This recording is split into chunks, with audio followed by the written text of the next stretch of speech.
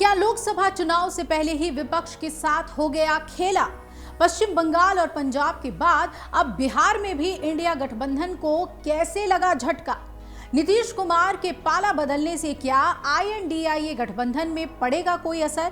क्या विपक्षी गठबंधन के सूत्रधार नीतीश कुमार के एनडीए में जाने से लोकसभा चुनाव में बीजेपी को मिलेगा फायदा? आखिर नीतीश कुमार ने जिस आईएनडीआईए गठबंधन को बनाया उसी से मोह भंग क्यों? ये सभी सवाल आज बिहार की जनता के मन में उठ रहे हैं, तो देश में भी यही सवाल गूंज रहे हैं। ऐसे में आइए इन सभी सवालों के जवाब ढूंढने की कोशिश करते हैं। दरअसल करीब 8 महीने पहले बिहार की राजधानी पटना में जिस विपक्षी आईएनडीआईए गठबंधन को जोर शोर से शुरू किया गया था, उसकी बिहार में ही हवा निकलती दिख रही है।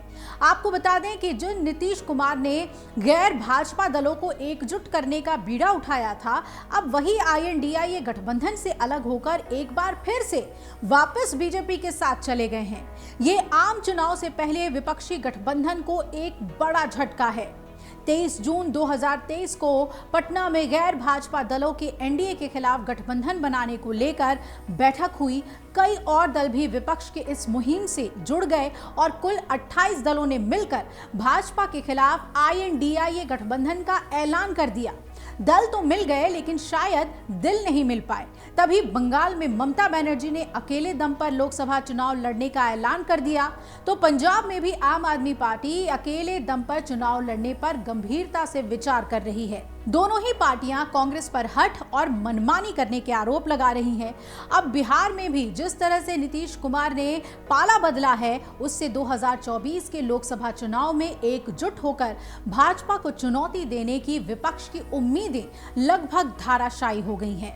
मीडिया रिपोर्ट्स के मुताबिक पिछले साल हुए 5 राज्यों के विधानसभा चुनाव में कांग्रेस की हार के साथ ही विपक्षी गठबंधन के बुरे दिन शुरू हो गए थे।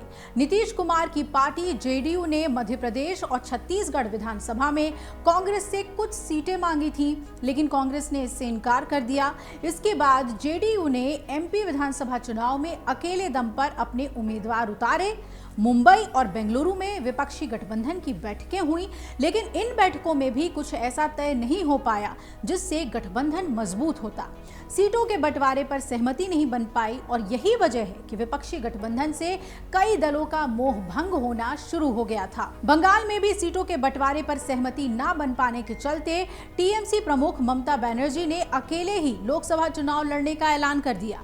टीएमसी नेताओं ने कांग्रेस नेताओं की बयानबाजी पर नाराजगी जताई थी। पंजाब में भी आम आदमी पार्टी अकेले ही चुनाव मैदान में उतरने की योजना बना रही है और अब बिहार में तो खेल ही दूसरा हो गया। विपक्षी गठबंधन यहां फेल हो गया। कर्पूरी ठाकुर को भारत रत्न का केंद्र सरकार का फैसला भी मास्टर स्ट्रोक साबित हुआ। कर्पूरी ठाकुर की नीतीश कुमार और लालू प्रसाद यादव के राजनीतिक गुरु बताए जाते हैं। यही वजह रही है कि कर्पूरी ठाकुर को भारत रत्न देने के फैसले की नीतीश कुमार ने जमकर तारीफ की थी। माना जा रहा है कि इसी से भाजपा और जेडीयू के रिश्तों पर जमी हुई बर्फ पिघल गई। इसका राजनीतिक कारण यह भी है कि बिहार में जेडीयू का वोट बैंक अति पिछड़ी जातियों को माना जाता है। कर्पूरी ठाकुर भी इसी वर्ग से आते हैं। वहीं भाजपा के बिहार के मौजूदा प्रदेश अध्यक्ष सम्राट चौधरी भी पिछड़ा वर्ग से ही आते हैं। ऐसे में नीतीश और भाजपा के साथ आने से बिहार की पिछड़ी और अति पिछड़ी वोट बैंक इन्हें मिल सकता है। बीते दिनों बिहार में सर्वे हुआ, जिसमें यह खुलासा हुआ कि अगर नीतीश कुमार विपक्षी गठबंधन के साथ चुनाव लड़ते हैं तो उनके सांसदों की संख्या 16 से घटकर 7 रह सकती है। ऐसे भी कई रिपोर्ट्स हैं जिसमें यह कहा गया कि राम मंदिर प्राण प्रतिष्ठा के बाद जो माहौल बना है, उसमें जेडीयू के कई सांसद भाजपा के साथ लोकसभा चुनाव लड़ने के पक्ष में थे। ये भी एक वजह मानी जा रही है कि नीतीश कुमार ने विपक्षी गठबंधन से नाता तोड़कर एनडीए में जाने का फैसला किया है। नीतीश कुमार ने लोकसभा चुनाव से पहले एक बार फिर एनडीए में शामिल होने का फैसला जो किया है, उसके पीछे कहा जा रहा है कि बिहार का सियासी माहौल दरअसल एक बार फिर से बदल गया। नीतीश कुमार 2019 की तरह एनडीए में शामिल होकर चुनाव लड़ेंगे और 2019 लोकसभा चुनाव में भी बीजेपी, जेडीयू और एलजेपी एक साथ मिलकर चुनाव लड़ी थी और तब एनडीए के खाते में 39 सीटें थी, जिसमें बीजेपी को 17, जेडीयू को 16 और एलजेपी के खाते में 6 सीटें आई थी। तब कांग्रेस सिर्फ 1 सीट जीतने में सफल हुई थी, जबकि आरजेडी का तो खाता भी नहीं खुला था। अगर आप ये वीडियो YouTube पर देख रहे हैं तो हमारे चैनल को सब्सक्राइब करें और बेल आइकन को दबाना ना भूलें। अगर आप Facebook पर ये वीडियो देख रहे हैं तो हमारे पेज को लाइक करें।